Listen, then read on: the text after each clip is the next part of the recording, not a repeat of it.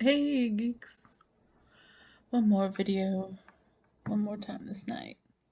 So, I wanted to go ahead and do a quick little video with y'all about the comic book trades that I got over the weekend, last past weekend.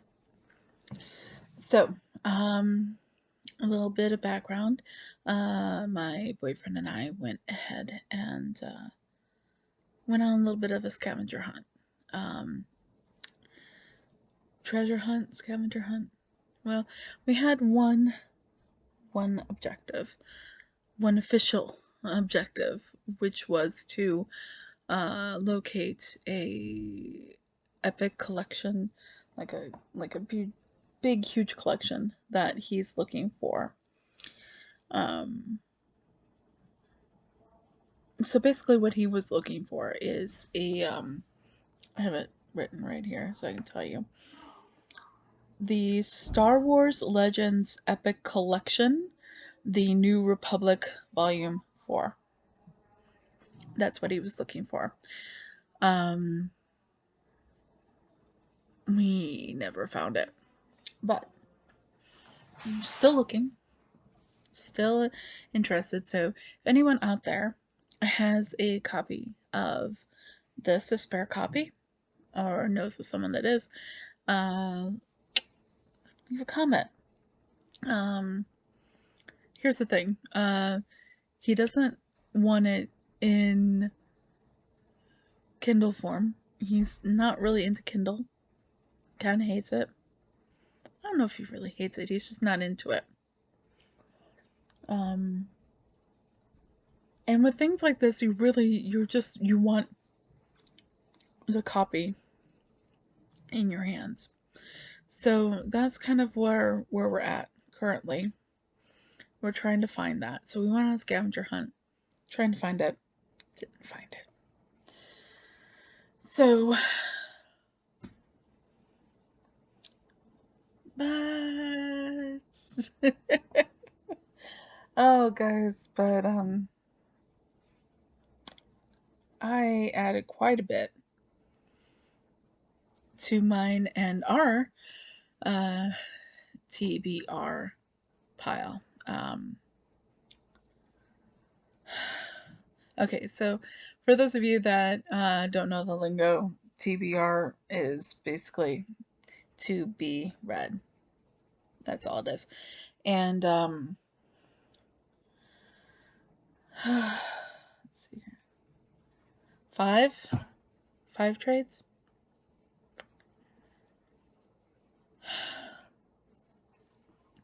Some paperback, some hardcover. So, um, okay. We didn't find his, but we found a lot. But if anyone out there knows how to find the bring it up again, the Star Wars Legends Epic Collection, The New Republic, Volume Quattro, Volume 4, drop a comment. And the problem that we're really running into is that either it is nowhere to be found or it's exorbitantly expensive. We're really looking to not pay like $300 for one volume of comics. And to be completely honest, I'm not exactly sure why someone would charge that much for this volume. Except right now, it's not printing currently. So I have a theory involving that. The actual, like, if you were to look at it, the cover and that kind of thing, there's a big clue involving the cover. So, put your fingers over your ears if you have not watched the most recent season of Mandalorian for the next few seconds. So starting in 3, 2, 1. Okay. The reason I think that the Epic Collection is not in print right now is because the cover of it obviously has a character that has come up by name only in the most recent season, The Mandalorian. That name is uttered by one Ahsoka Tano. um, and if you are either one, a longtime fan and very aware of the old comics and the old paperback books and books or whatever, the Legends series books, you are probably familiar with the character of Thrawn, Grand Admiral Thrawn. If you watched the cartoon series Rebels, you are definitely aware of Grand Admiral Thrawn. So, Grand Admiral Thrawn is involved in this comic book set, and the reason why I think that it's currently out of print, because one, it was this is a Marvel release, and this book is a Marvel release. Marvel is owned by Disney. Disney has now basically, well, one, you have the cartoons, okay? Two, you have the most recent comics that have come out that are canon involving Grand Admiral Thrawn. But all of this has been in comics and in cartoons. So you never had a live action information involving Grand Admiral Thrawn. No mention of Grand Admiral Thrawn until this past season of The Mandalorian, when the name was mentioned by Ahsoka Tano. Now, Disney is also in production or pre-production or currently producing. One of those things, I'm unsure. They have plans to produce, at least, a live-action Ahsoka Tano series that is going to be taking place supposedly around this time of the series with The Mandalorian. So if you watched it specifically, the Ahsoka Tano scenes, when she's fighting, she asks specifically, "Where is Grand Admiral Thrawn?" So, so I think that's why it's not printing right now. There's a possibility that once we get closer to showing us the Ahsoka Tano series, or like we get closer with that, because I think that the Ahsoka Tano series, that series is going to involve her hunt for Grand Admiral Thrawn, and by extension, I think, depending on one's perspective of the timeline coming off of the end of Star Wars Rebels, there could possibly involve, possibly, it could be argued that this series will involve also the hunt for Ezra Bridger. But that's besides the point. That's not why we're here. I'm just trying to give you guys an information in regards to why this volume of comic series is so, this collection of comic book stories is so difficult to come by at this point. It's not really that big of a deal. It's just the fact that it's not currently in print. Not because of any like major reason, except for the fact that Disney is waiting to make more money where they can, and possibly release, with a little bit of fanfare, a new edition of it, because, or even just reissuing the previous edition, basically to capitalize on the fact that you have the Ahsoka Tano series coming, which I am excited about. But that's a whole nother video, whole nother time. I've taken enough time talking about our search for that series of that epic collection. Um, like I said, please, if you know anywhere where we can find it, let us know. We are looking for it. It will have a good home here. But like I said, didn't find what we were looking for, but I found a lot more. Found other stuff. So I'm gonna basically show you guys what I found and what my what my to be read pile is growing a lot. And the thing is like it doesn't even just involve comics and comic trades. I have actual like novels sitting on the bookcase. I keep on buying books. Okay. I keep on buying comics. Okay, so the first in my haul of comics here, comic trades, is the second part of a series that I started reading recently that had been recommended to me by numerous people. So that first book, I already read it, I already own it. It's in the bookshelf right now. This is book 2 of Bitch Planet. So, this is, I believe there's only 2. It's a very limited series, just 2 trades. This is, are you, it says on the back here, so here's what I'm reading to you guys. Are you non-compliant? Do you fit in your box? Are you too fat, too thin, too loud, too shy, too religious, too secular, too prudish, too sexual, too queer, too black, too brown, too whatever it is they'll judge you for today? You may just belong on Bitch Planet. So, this is awesome. This is, I haven't read it yet, but the first issue is very awesome. The first trade.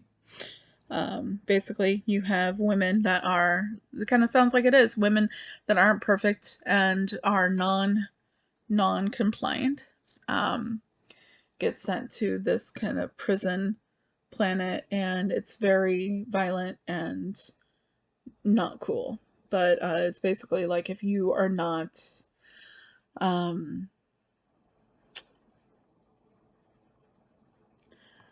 if you're not trophy Stepford trophy kind of wife or girlfriend, people can have you sent to Bitch Planet. What? I think I count like that. So that's the first of the trades that I got.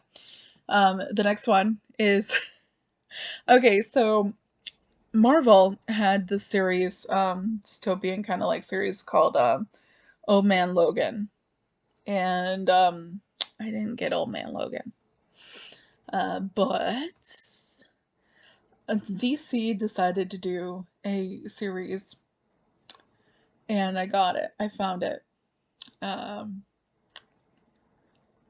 Everybody knows how much I love Harley.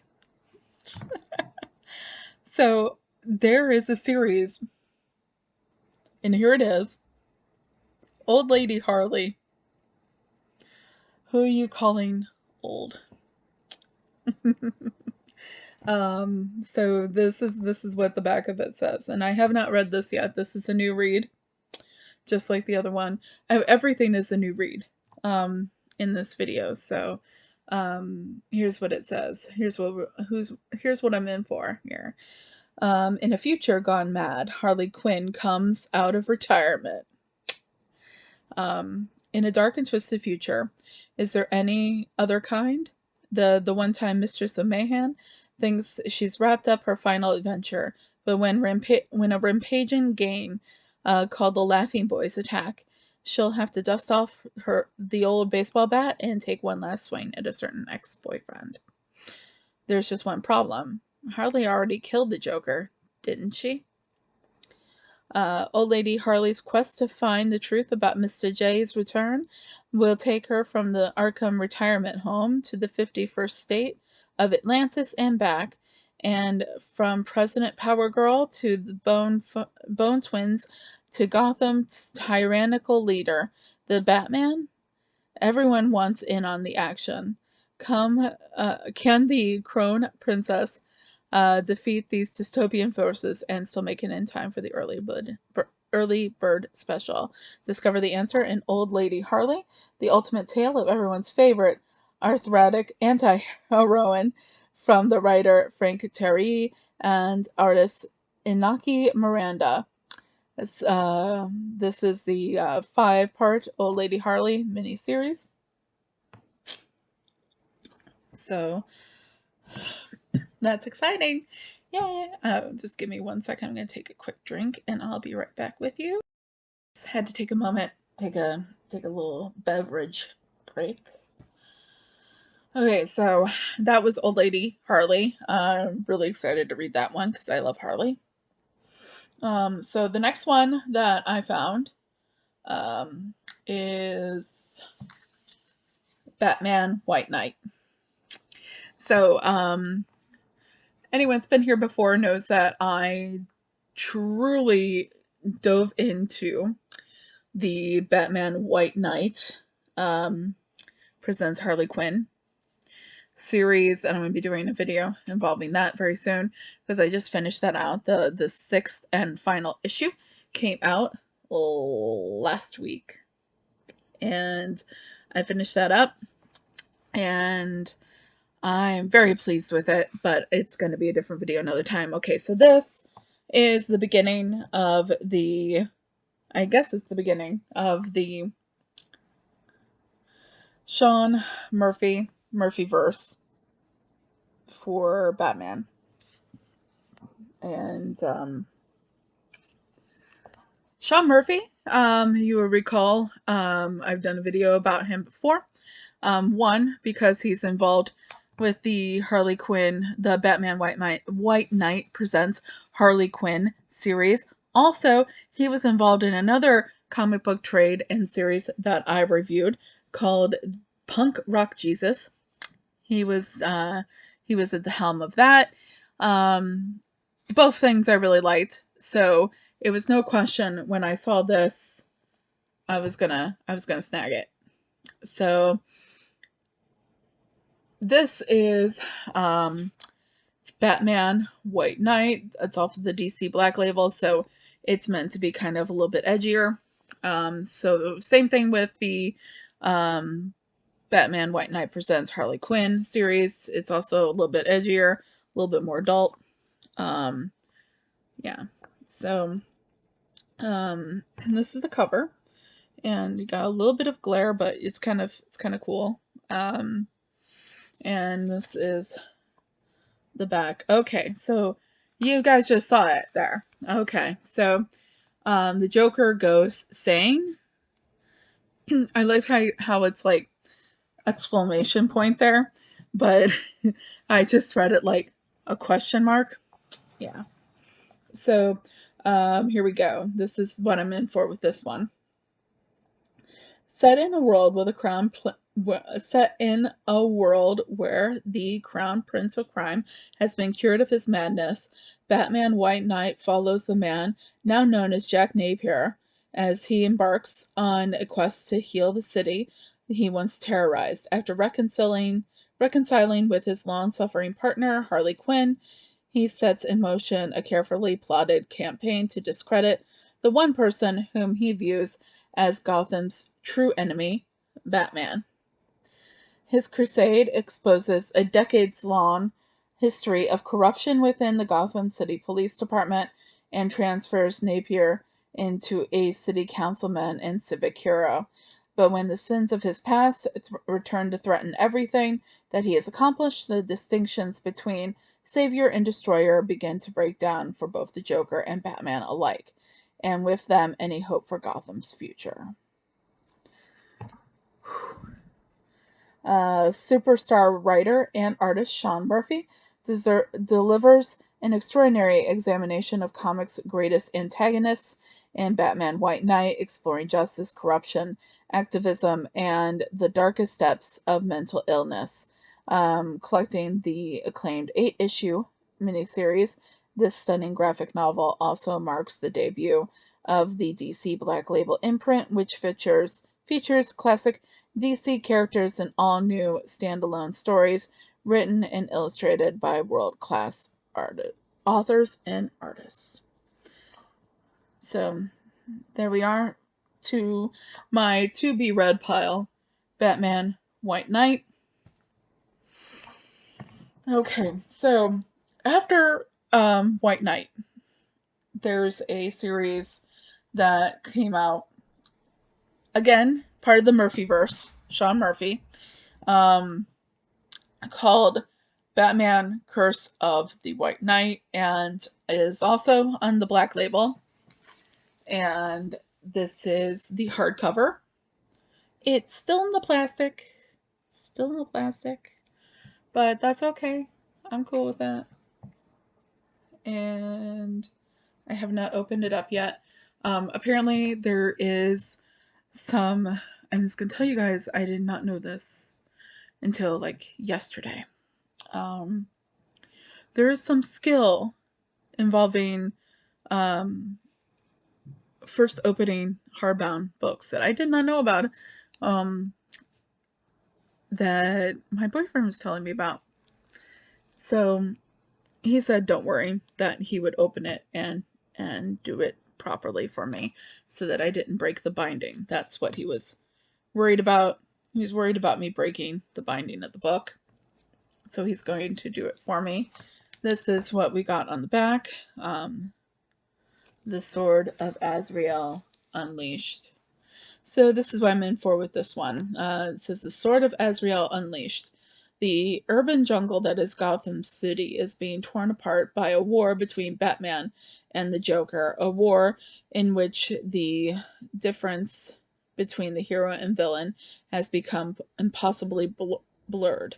Now, with his do-gooding Jake Napier personality submerged beneath an ascendant clown prince of crime, the Joker is ready to take that war to the next level, and his army has a new recruit.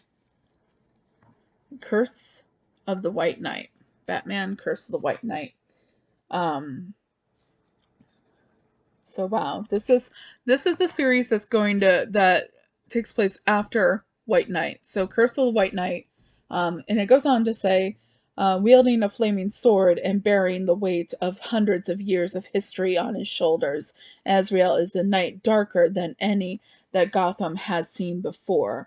One by one, the Batman's enemies will fall beneath his blade, and bit by bit, his new crusader will remake Gotham City into his own version of heaven on earth.